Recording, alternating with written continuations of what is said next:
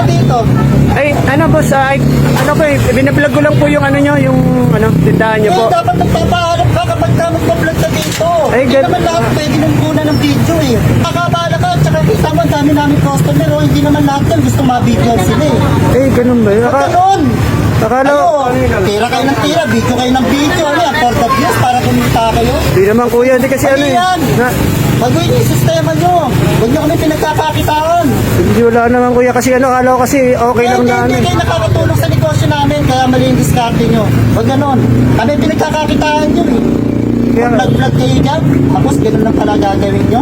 Pinagkakakitaan nyo kami. di kaya ano lang kuya kasi Huwag ka na magsalita, umalis ka dyan. Vlog-vlog, namin kailangan nyo. kuya, promote ko lang naman yung ano. Hindi, umalis ka dyan. Kapag nag-content ka, kailangan unique. Hindi mo ginaya sa iba para makilala ka nila kung sino ka talaga. Maraming content creator na gaya lang sa iba, kinuha lang nila yung idea sa iba. Pero ang pinakamagandang gagawin mo, maging totoo ka sa sarili mo. Maging ikaw sa ginagawa mo. Mahalin mo yung ginagawa mo at huwag mong isipin na pagkakakitaan mo lang yung pagiging vlogger. Di ba? Yung iba kasi akala nila, pag nag-vlog ka, may pera ka na.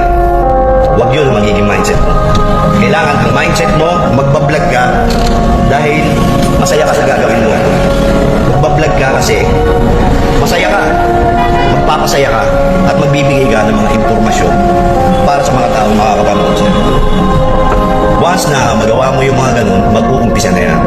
Makakita ka, ikaw makakatuklas ng mga idea kung paano mo gagawin yung gusto mong gawin. Siyempre, hindi madali yan.